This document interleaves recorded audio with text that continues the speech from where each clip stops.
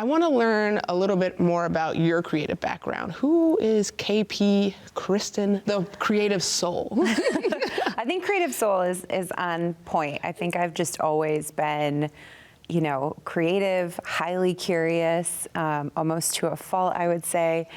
And so I think I just grew up like loving the creative arts. My grandparents really inspired a lot of that, taking me to theater and dance, but I also had a very practical upbringing. And so at the time when it came down to choosing what to do for a career, you know, the voices behind me were saying, go do something practical, go do something, you know, that's going to pay the bills. And I took a sharp turn and went into, you know, more of a science and engineering space. I studied business for a while. I had this like academic unrest. I couldn't really find where I wanted to be. So starting from like, oh, I'm going to go to school to become a scientist or a doctor or an engineer. So what was that one moment that made you be like, no, this is not the path for me? You know, I was so deeply immersed in music and theater, especially as a young person, and it really shaped who I was. But, you know, combination of influences, being a little shy and just not really having that desire to perform.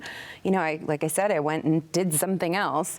And at a point in my college career when I was kind of feeling a bit lost, I was looking for activities to do for a philanthropy organization, student group that I was a part of.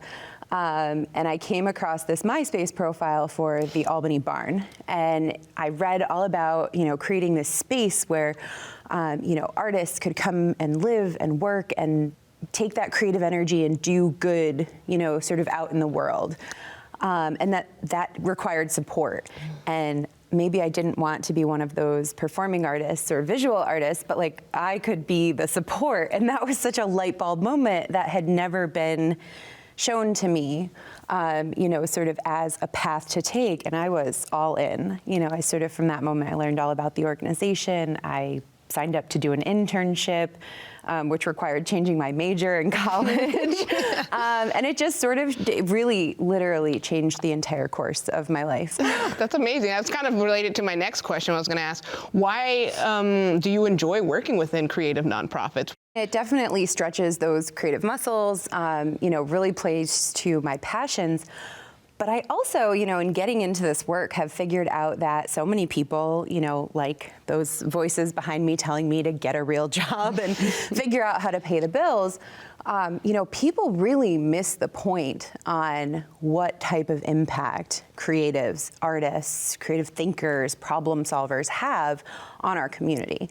And I just really believe in that because I've seen it. And I love hearing the ideas of creative thinkers, of people who see an obstacle and go, nope, I will figure out how to get over that, how to get around it, how to break it down completely.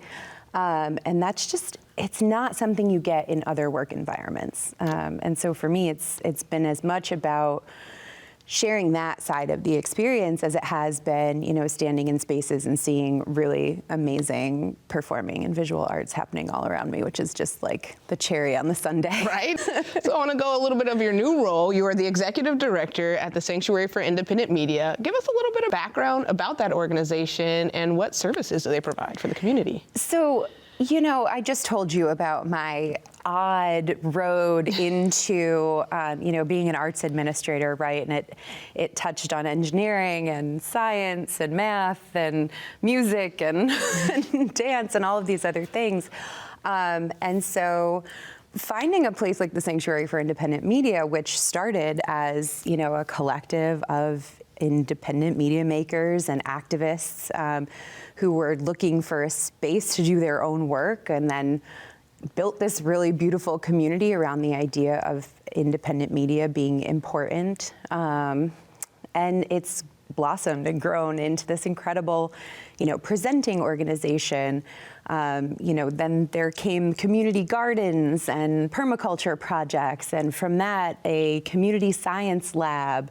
And from the community science lab grew this incredible mutual aid health and wellness space. So it's just this beautiful marriage of like art and science and media, all tied together in this pursuit of social justice and environmental justice. and the freedom to express ourselves.